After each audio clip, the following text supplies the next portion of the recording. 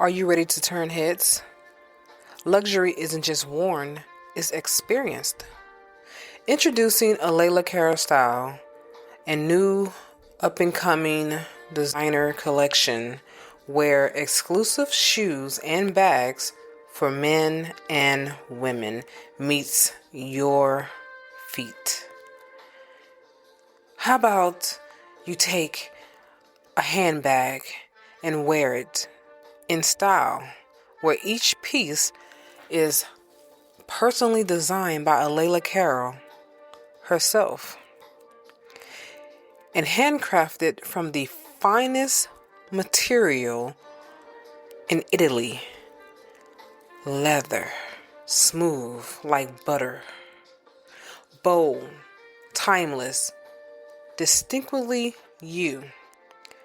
Step into true elegance and make your mark with a Layla Cara style where confidence meets craftsmanship. Visit a Layla Cara style and experience the luxury of art that you wear. Hey everybody, I'm Layla. So today's topic is hot girl summer. What is a hot girl summer? That's a new phrase that's out right now that is popular. And not only that it's a phrase, it's also a thing to do. The question is it a good thing or a bad thing to do? Well, it's to each his own. But I want to shed some light on it because we're not living in the times that I grew up in when I was in my 20s and 30s. Things are so different now. They're nothing like the time when I was getting my hot girl summer on. So let's touch base on this topic, on this subject. I noticed that the phrase hot girl summer is actually a song, and Nicki Minaj and Megan Thee Stallion are the ones who actually sing the song. In the video, they are dancing, they in their bikinis, they around the pool, there's a lot of guys around. But if you listen to some of the words, some of the lyrics in the song, they're talking about having sex and all those things.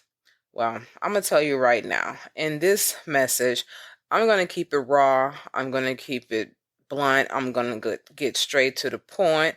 I will not sugarcoat anything in this message for you girls. This message is for my ladies, females, ladies, women, whatever you want to call yourself. Listen up. If you are planning to have a hot girl summer and summer is coming, you have to be very careful about how you go about it. You can't just be wilding out and not thinking about what could happen to you, what type of consequences that can occur along the way. There's danger in every situation, but a hot girl summer is actually inviting the danger to you. And I want to explain that. What did I mean by that? When I was growing up in my 20s and in my 30s, things was not quite like it is now. Back then, the guys, what they really wanted was sex. They just wanted to have fun. They wanted to get out and enjoy themselves just as much as us ladies wanted to. So they wasn't looking to hurt anybody or to kill people or to do any of those things. Not even too much even stalking the girl. They pretty much just wanted the one night stand. That was pretty much what it was. Or if you didn't have the person that wanted the one night stand, then you had what we call a sex partner.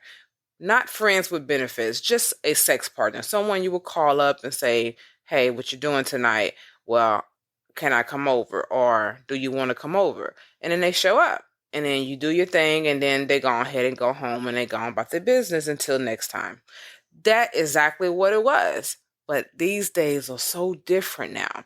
People are literally stalking others, finding out where they live. If you have not invited them over, they have invited themselves over to your house. And What a danger come in at is when they show up and you don't know what is going to transpire in the moments when they're there. There was a young lady, I would not say her name, but she posted on social media that she had gotten attacked.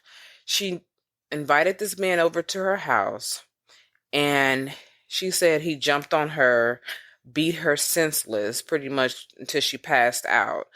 And come to find out, this was a guy that she knew, but haven't seen each other in 5 years. I don't really understand the dynamics of the story, but this is what she gave. This is the story she videoed on Facebook to tell everybody about her. He blackened her eyes, her face was swollen.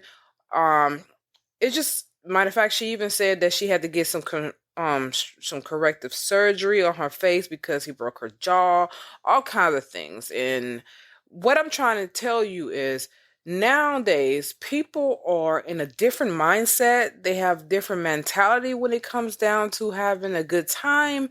So you have to be careful with who you hook up with.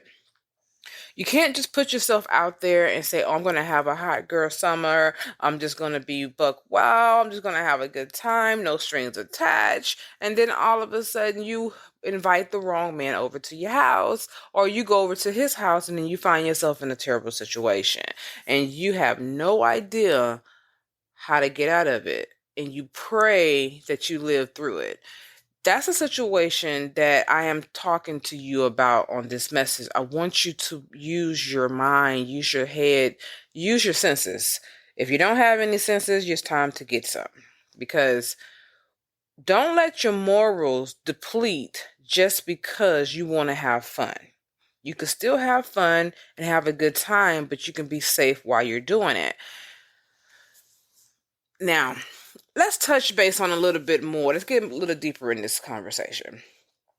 I remember when I was having my hot girl summer and I was single. I didn't want a relationship. I wanted to have fun. I just want to have a good time, but I didn't want to have a relationship. And I remember when I made a promise to myself.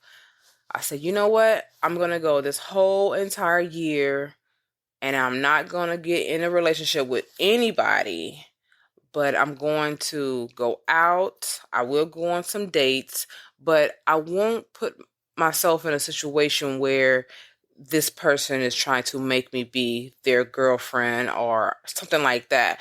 If I meet a guy like that, I'm going to just drop him. That's just how it's going to go. That was my mindset.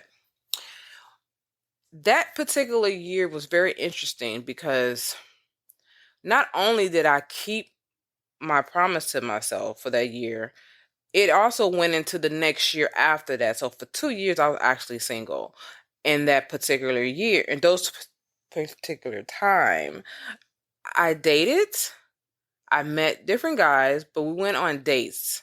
And I made sure that I wasn't bringing them home to my house. That's just something I just did not want to do because, first off, I lived alone. And I didn't want someone just showing up on my doorstep thinking that it was okay for them to do that. And I had a situation where I met a guy who actually lived in some apartments right next to mine. So it was hard for me not to let him know where I lived because the dude stayed right next door to my house, to where I was living at. And he showed up at my house. He knocked on my door, but I didn't open the door. I looked out the window and I saw him, and he was on the phone. He was talking to somebody. I don't know who he was talking to, but he was on the phone. And I opened up my blinds just a little bit so I can see out, but not him see me. And as he was walking back to his car, I was making sure I did not open up the door. I had a rule. If I did not invite you to my house, you can't come over. I called him while he was on the phone and I asked him, oh, so your phone is working? And he was like, yeah, what are you talking about? I said, I'm just saying, because if your phone is working, why didn't you just call me before showing up at my house? You should have called. Don't just show up at my house. And he's like, "Oh, so you're home?" I said, "Yeah, I'm at the house." He was like, "Open up the door." I said, "No, I would not. I would not open up my door for you. One reason is because I did not invite you over. I don't want you just showing up at my house. So next time, call, and I will tell you yay or nay that I want company or I don't want company." So that was one of my things that I had, and I was real adamant about this type of things. I was adamant. Matter of fact, I'm still like that to this day. I don't like people just showing up at my house. I just have a big problem with that. Unless you're family member, that's different. If you're a real close friend, like my best friend or something like that, that's different. But someone that I really am not that close to, you better call me before you come, because I will be looking out that people at you, and I still won't answer my door. That's how I was, and that's just the way I felt. And by me living alone, I didn't know what his intentions were or what his motives were, because I felt it was disrespectful and it was very rude. So, what I'm trying to say is that I had standards, but I also had morals, and I had rules set for myself on how I was going to go about my hot girl summer. Anyways, that was just one situation. So, now I want to tell you about another situation that I had. And I was I was not in the right state of mind at this particular time, and I was really just pretty much not that person that I am today. And this happened before the first story I just told you about. Back in 2007, I was freshly out of a relationship with a guy. And I'm single. I wanted to date, but at the same time, I didn't want to date. And I didn't really know how I was going to live my life after the relationship. I just knew that I was free. And their relationship was not a bad relationship. Actually, the guy was a pretty good guy. He was decent and everything. The only problem that I had with him was that he was a mama's boy and his mother controlled his life. And he couldn't tell her no. He didn't know how to talk to her to allow her to be his mom, but not controlling him. And so I couldn't take it anymore. So we ended up breaking up. And I was saying to myself, like, hey, I'm just finna get out here and have a good time and all this. I'm gonna go clubbing. I'm gonna just be able to have fun and just be myself. Well, I ended up getting on MySpace. At this time, MySpace was very popular, and I saw a picture of this guy, and I thought he was like so freaking cute. I was like, oh my God, he is handsome. You know, he had a banging body, beautiful face. His smile was so gorgeous, all that good stuff. And so I was like, okay, I'm going to friend him and see if he accept my friend request. And he did. Well, we got to talking in our message box and everything, and we was just talking, and he was telling me a little bit about himself. I would tell him a little bit about myself. Well, that went on for about 4 months doing that, until finally he told me he was going to come to Houston. He was living in Chicago at this time, and he was telling me, he said, "Hey, I'm going to come to Houston. I would like to see you." I thought, okay, well, that's probably a good idea, because I'm not coming to where you are. And since you coming on my territory, that's fine. So I asked him, do you go out? He said, yes, I go out with my boys, my fellas, and all that. I'm in a frat. He was in a fraternity or whatever. He said, yeah, me and my frat brothers, we go out, we do it, whatever. So I said, okay, cool. Me and my friend, we're gonna go to Maxwell. It was a real popular club that was in Houston off of Main Street. And we decided that we was gonna go there. And I told him, hey, I would like to meet you there. I figured that was a good spot to meet him because it was a lot of people.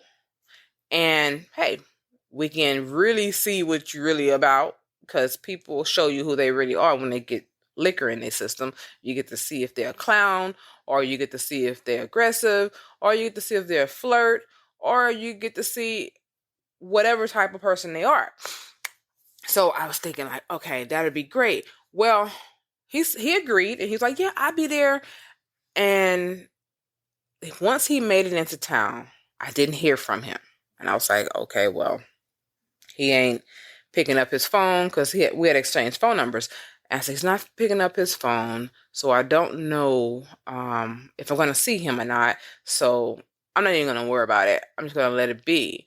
And me and my friend, we went out to Maxwell. He didn't show up at Maxwell, none of that. So I was like, well, shoot, I'm not going to worry about it. So we just having a good time and all that. When the club was over with, I received a phone call. Okay, what time do the club usually let out? Okay, anywhere from 2 o'clock, maybe 4 o'clock. Okay, but this club let out at 2. 2 o'clock. What is 2 o'clock? Booty call hours. Okay. Yes, I'm talking old school because that's who I am. I am in my 40s, so I'm going to definitely use my own lingo. So I was like, okay, this is booty call hours.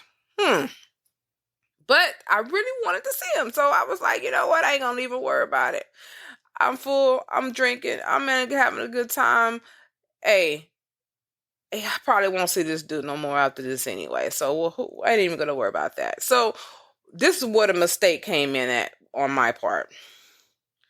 When he called and he said, I want to see you, I was asking him, okay, where are you at? I really didn't want to invite him over to my house. Like I said, I have a problem with people just knowing where I live. So I was thinking like, okay, I come to you and I'll see if my friend want to come. Well, she declined. She didn't want to come. She wanted to go home or whatever. So I was like, okay, well, damn, this not going to work out. But he was like, hey, just come where I'm at, And I asked him, what was your address at? What's your address? I ended up going to the place where he was. When I got there, it was some apartments. And he was on the balcony. He was looking down. He saw me when I was pulling up. And he asked me to come on up. He said, hey, come on up here, whatever. So I go up, and I think it's on the 3rd floor, whatever. So I go up there, and he was like, hey, give me a hug and all that. And when I saw who was all there, I was thinking like, oh, I don't know about this, because it was a house full of guys. It was about, what I counted was at least 8 of them, but they was asleep. He was the only one up. So I was thinking like, okay, well, they all passed out in the middle of the floor. Okay, how this gonna go? So he was like, hey, come on back here to the back room. I walked in the house. My senses, everything in me was like, you need to go home. Don't do this. But I went on ahead and went in the house anyway. When I walked into the bedroom, we was talking for a little while. Well, we started talking for a little while. And his homeboy, well, whoever the guy was, one of the guys woke up and came into the room.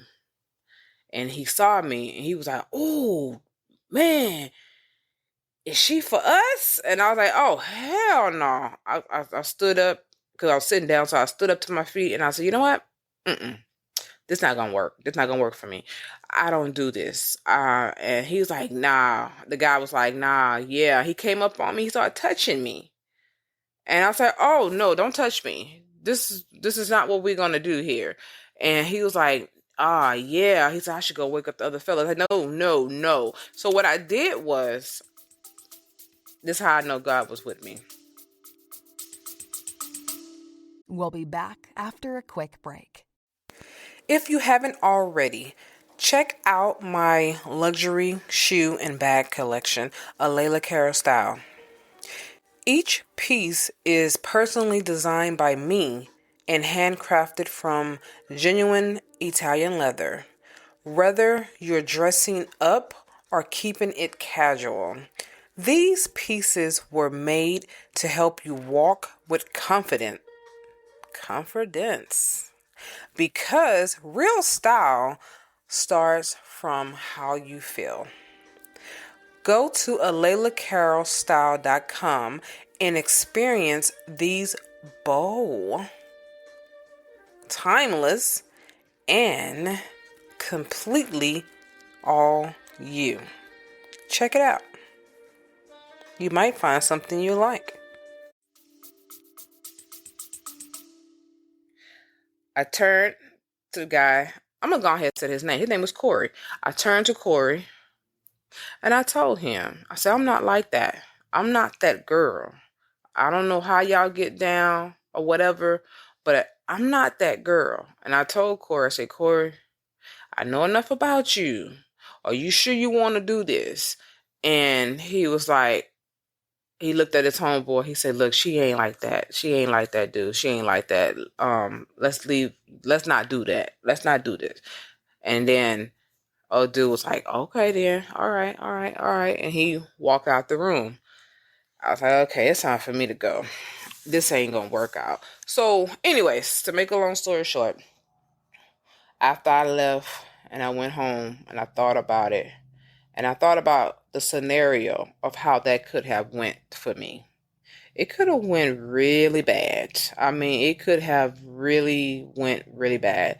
I could have been raped. Those guys could have gang raped me, all kinds of stuff, because the mindset that his friend was in showed me that he was thinking that.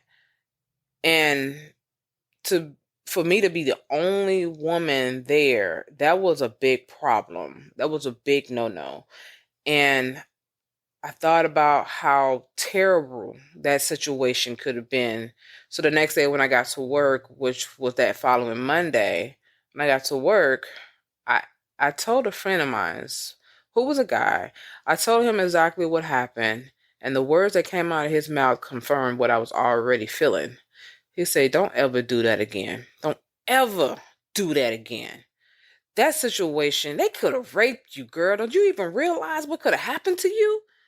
You could not be here right now to tell me your story. Don't do that no more.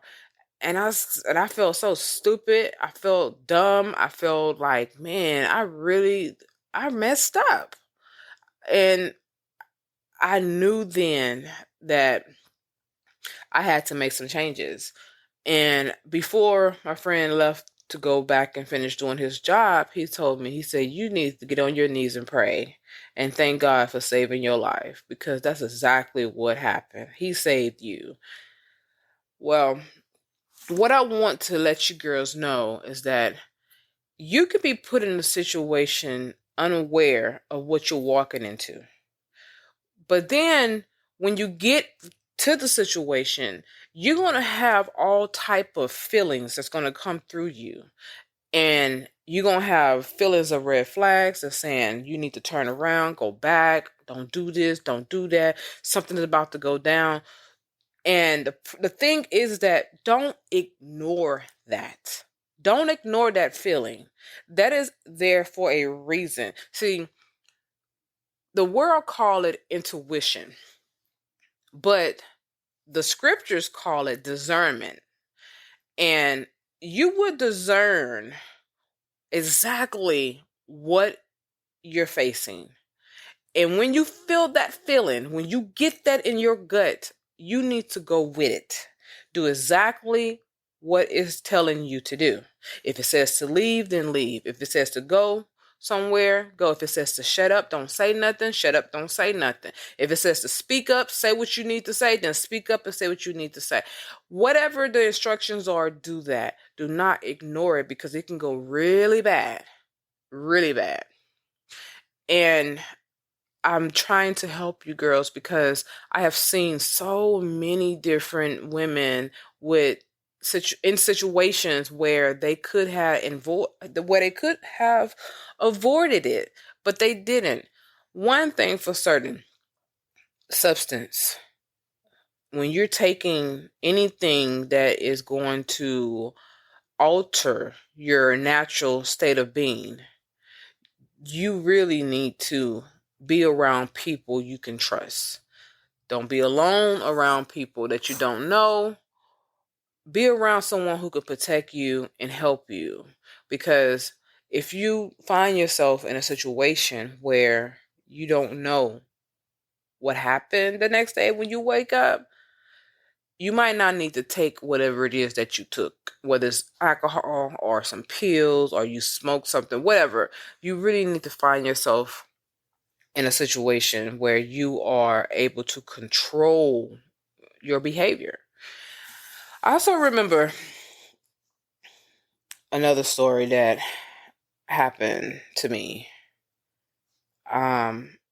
I don't really talk about it as much, but I think I need to share it because I'm on that subject. I'm on that topic.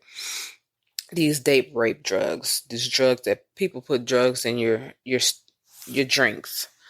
I've had that happen to me once, and it is a true situation where you can't taste it. You don't know that it's in your drink. It's very tasteless and it doesn't have a smell or anything. And I remember this situation so clearly because I was with a friend of mine talking about being around people that you can trust or who you think you can trust. As I ponder on this situation, and I have pondered on it year after year after year, and wondered what really truly happened in the situation. What I want what I want to tell you is be careful with the people you call your friends. Everyone is not your friend. I don't care how long y'all known each other. Everyone just isn't your friend. And the signs was always there about this particular person, but I wasn't certain because of the fact that I didn't want to believe it. I was friends with a girl where for 10 years we was cool with each other. We went out together. The same girl that I went out with that night to Maxwell. She was my going out buddy, but not only that, I came to her house, she came to my house. We was around each other all the time whenever I wasn't at work. We talked on the phone for hours just chatting it up, even gossiping or whatever. And she had friends that she had been knowing since high school, some of them since she was a kid. So she knew these people. I knew these people through her. And my first sign about her was that I was told by a friend of hers that told me, you don't know her like you think you know her. She is the one who's actually starting all this stuff because the girl who told me, I'm gonna give them a name, but I'm not gonna give their real name because I don't want to start the stuff all over again if they hear this message. But they do know who they are. So we're gonna call the friend that is supposed to have been my friend, my ex-friend, because we're not friends anymore. We're gonna call her Sarah. And then the one who told me that Sarah is not who I think she is, we're gonna call her Tasha. So Tasha and I was never really cool with each other. When I first met Tasha, she kind of had a jealous streak about her when it came to me because I was the youngest in the group. And she used to be one of the youngest in the group. And when I say group, I mean it was a lot of them. It was a lot of females and males, and they all hung together and party together and do all those things. So we used to party whether we was going to the club or we was having house parties or just gatherings and going to the park and just, enjoying our Sundays at the park, whatever. This is what we did. And of course, I was friends with Sarah. I met Sarah through my first husband because her baby dad, I ain't gonna say husband because they never got married, but they had been together for 23 years at that point. They used to he used to work with my ex-husband, my first husband. So that situation was more of my ex-husband trying to get me to be real close and friends with his wife. I'm gonna call him his wife. I'm gonna go ahead and say that because they was living together in the state of Texas, common law marriage, whatever. So I was like, okay, but I thought she was cool because when I first met Sarah, the way she welcomed me in her home and she was so warm, and her children, they were so cool. Everybody was just getting along just great. So I was like, this is cool. I was new to Houston, had freshly just moved to Houston from San Antonio. So that was my first friend in Houston. And I ended up meeting Tasha through Sarah. And when I met Tasha, Tasha was more like kind of sizing me up a little bit, and but at the same time she was still trying to be cool with me. And I was like, okay. But see, Tasha had some history behind her that I had came aware of throughout the time. I would hear some of the guys talk about how they have slept with her and had sex with her, stuff like that. So I was thinking, like, okay, so she's that kind of girl. All right, cool. I see who she is. So I'm gonna leave it at that. But Tasha and Sarah used to talk about me behind my back, and I really didn't like that. And at least that's what I thought, that Tasha was the one talking behind my back to Sarah. But come to find out, it was not always like that. Sarah used to come to me and she used to tell me what Tasha would say.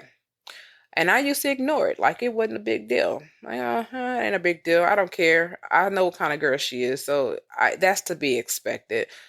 But as years went on, I was getting sick of it. And you can hear something for so long until finally you just gonna go off on somebody. I don't know if I explained this in some videos before, but I'm explaining it to you again. When I am asleep and I just woken up, and if I'm really tired and I haven't got enough sleep, I'm cranky. And at that point, my senses are not all there. I'm usually just like, I'm gonna let you know what's on my mind right there and right there, and that's just what it is. But over the years, I have been working on that, but still, at that particular time, I wasn't working on it. And I was just freshly waking up from work. I was living with Tasha at this time because I was going back and forth from San Antonio to Houston.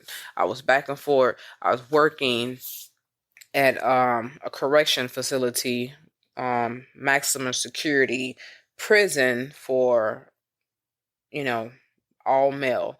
I was working at one of those places out there by San Antonio. So that's why I was back and forth, back and forth. And I had given up my apartment at this time. So I told Chris, I mean, not Chris, Sarah. Well, hey, I did say her name, so I'm going to go ahead and just leave that her name. Her real name is Chris. So anyway, I told her that I was going to be going back and forth like that. And would it be okay for me to stay at her house when I do that until I get transferred back to the Houston area? And that will help me to be able to get my place and figure out where I'm going to live at that particular time. But I will pay you rent while I'm back and forth. So basically, that's what I did. I was staying with my mother in San Antonio when I was working. And then when I was off, I was in Houston staying with her. And I heard conversation about me over the phone. That's what set me off when I woke up that morning. I got up and I'm hearing them talk about me. I'm hearing Chris talk about me, and I'm hearing Tasha talk about me. And I'm just listening to them talk about me. And I'm saying to myself, like, this is some BS. But I'm hearing more of Tasha than I am of Chris because of the fact that I think Chris knew that I was up because she had her on speakerphone. And why would you do that? So anyway, when I got up and I went to the restroom, I listened through the door. Then I came out the restroom and I went off on Tasha. I started saying all kinds of things. I'm not going to say what I said, but I did. And then I told her, I know where you live at. Basically, I let her know that I was coming to whoop her ass, okay? But I didn't go because, it's kind of dangerous to show up at somebody's house. If they shoot you, they got a right to do so because you're a threat to them. So I just told her, don't let me see you. That's just how it was going to go down. But I thought about it later that night when I got to work. I said, you know what? I'm making a big mistake. I shouldn't do that. Something's just off with this situation. So what I ended up doing was I called Tasha. I thought I need to talk to her myself and see what's really going on. I had a conversation with Tasha. And she told me, she said, you think that I'm the one that's talking about you. That's not me. It's Chris that's talking about you. Chris is the one that's telling me all this stuff about you. She the one saying all these things, not me. I'm just basically listening to the conversation that she's having. But yeah, I do engage in the conversation with her, but it's not me. And she said, you know what, Chris is messy, and because she's messy, I don't want to talk to her no more. I'm just not gonna talk to her no more. And she said, I just want you to know that you don't know her like you think you do. She is not who she that she's portraying herself to be to you. She's the one who talks about you and tells your business and do all that. And I said, okay, cool. But I left it at that, and I still remain friends with Chris. And I did apologize to Tasha about how I talked to her. So you know what? I was wrong. I was out of line. I'm gonna let it be. I don't want to. That's not me. It's not my character. So I'm gonna go ahead and let that be. I was just in a moment because I kept hearing you talk about me over the years, and I was just sick of it at that time. It was just time for it to stop. Well, after getting off the phone with Tasha, it did stay on my mind about Chris, about what she was saying. It did. It stayed with me, but I continued to be friends with Chris because I didn't have real proof. And I was like, I don't know, man. What I heard came out of Tasha's mouth, it was just contradicting what she was actually saying about Chris. That's just how it was for me. But I found out that Tasha wasn't lying because I went to a party with Chris. And when I got to the party, it was a birthday party of a friend of ours. And yet again, this friend whose birthday it was somebody who Chris knew since she was a kid. So I met him through Chris as well. So everybody that I'm hanging with Chris is people that Chris know. I'm the outsider, okay? Just wanted y'all to know that. I'm the outsider because I'm freshly in a new city or whatever. So I'm not friends with any of them except for through her. And I'm at this birthday party. I really didn't really want to be at the place because the spot that they had the party at is known for a lot of trouble. And I just had bad experience every time I went to that place. And I was thinking like, I don't really want to be here because every time I come to this club, something always happened. I had a guy follow me around the club, and when I came out the restroom, he grabbed a handful of my breasts, all this stuff. Then I just had all kinds of bad situations happen. So I told Chris, I'm not going to stay here that long. I'm going to drive my car so that way when I'm ready to go, I'm going to go ahead and go. I haven't even been at this club not even an hour, and something happened. Somebody put something in my drink. I didn't even know what it was. I did know I had something in my drink.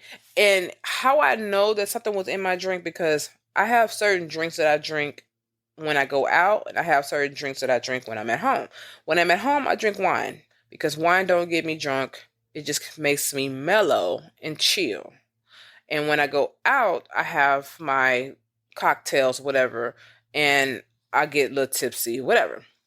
I didn't do that this time. I had wine. I had Moscato at that. Moscato definitely don't do nothing for me. But I kept feeling like, why do I feel so weak and like I can't control myself? I can't control my legs and all. And I knew it because when I was talking to one of our mutual friends. It was a guy. I told him, I say, I need to go. I need to go home. I can't stand up. Something's wrong. I think someone put something in my drink. I don't know what it is. And I even got to the point where I couldn't walk. I had to literally wrap my arms around his neck from the back and kind of let him guide me out the door. Chris comes. She gets in my car. She's on the passenger side, and the guy is driving. I'm in the back seat, and I pass out. When I came to, we're literally riding around, and they're just strolling through the parking lot of other clubs, parking lot pimping, pretty much. But I was in and out of falling asleep, waking up, fall asleep, waking up. I was in and out of it like that. I wouldn't stay asleep though. And they was like, hey, y'all hungry? well, the guy, he was like, hey, are y'all hungry? Let's go to Denny's. We end up going to Denny's. We get there, and I started throwing up uncontrollably. I couldn't control my bodily fluids at this time. I didn't eat anything because I couldn't eat. And when I came out the restroom, I asked them, take me home. I don't know why y'all driving around. Take me home. So finally they say, okay, let's go ahead and get her home. So I end up going in the bedroom. At least that's what I thought I remember. And I know I fell asleep with all my clothes on. I didn't take nothing off. But I wake up, and this guy, the dude that's supposed to be our mutual friend, is trying to undress me. And I notice he's butt naked. He has no clothes on. And his penis is rock hard. What did I do next? Oh, yeah. I snapped out of it real quick. I grabbed his penis. I tried to yank it off his body as hard as I could. And I was like, what the hell are you doing? You're not. Oh, hell no. So I touched myself to see if something happened. And he's like, no. I didn't do anything. I was just trying to make sure you're comfortable. I was just trying to make sure you was comfortable. I was just, you fell asleep with your clothes on, so I was just trying to make sure you're comfortable. I still had my shirt on and everything. I still had my panties on and all that.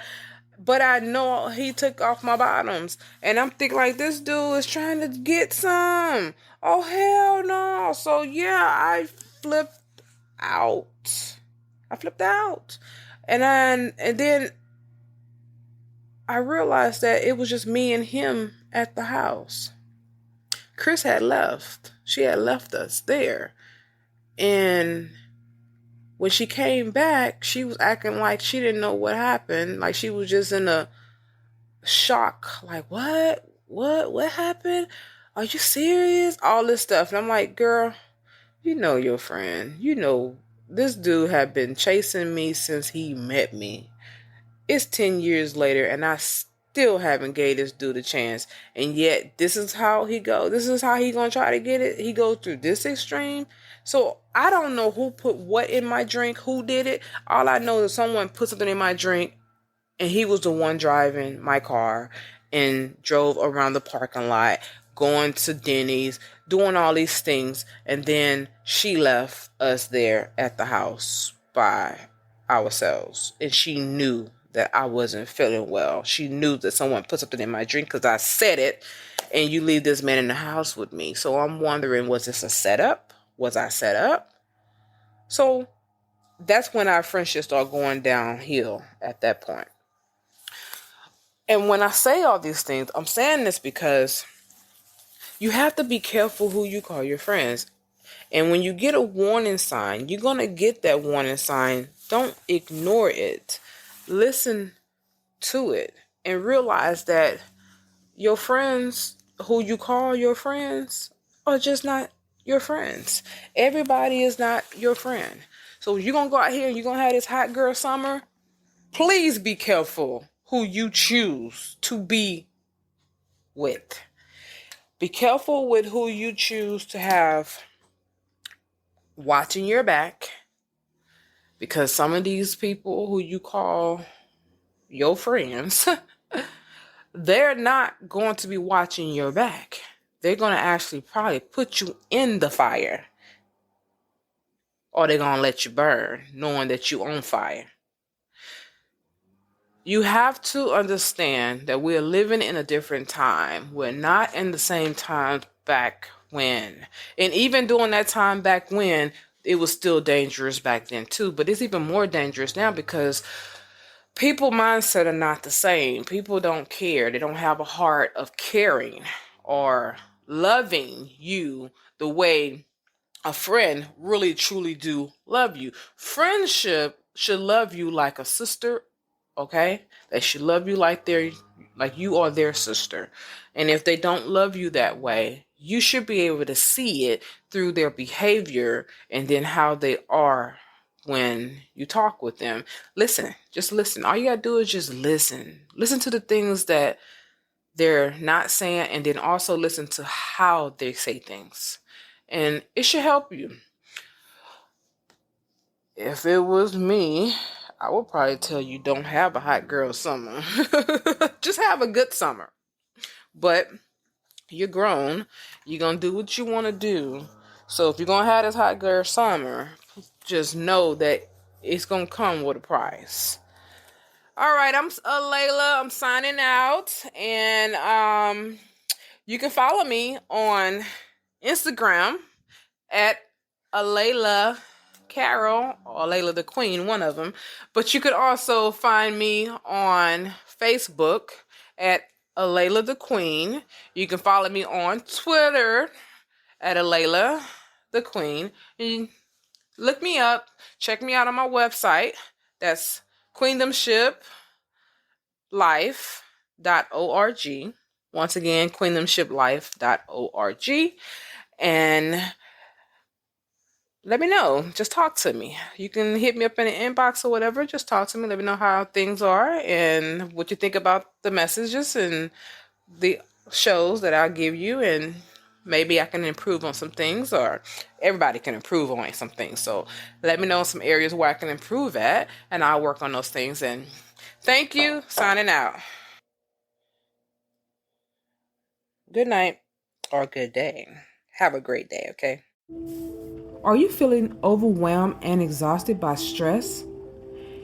Introducing Stress Management with Imaging Coaching, your ticket to a calmer, more balanced life. In this journey you will be taking with us here at Imaging Coaching, we'll equip you with powerful techniques and tools you can use to conquer stress, regain control, and transform your life. From deep breathing exercises to mindfulness practices, you'll discover the tools to relax your mind and body. Come join us on this transformative path and unlock a world of inner peace and resilience. Don't let stress hold you back any longer. Take charge of your well-being today with Imaging Coaching, your stress management team. Discover clarity. Defeat stress through Imaging Coaching at imagingcoaching.com. At imagingcoaching.com. At imagingcoaching.com. At imagingcoaching.com.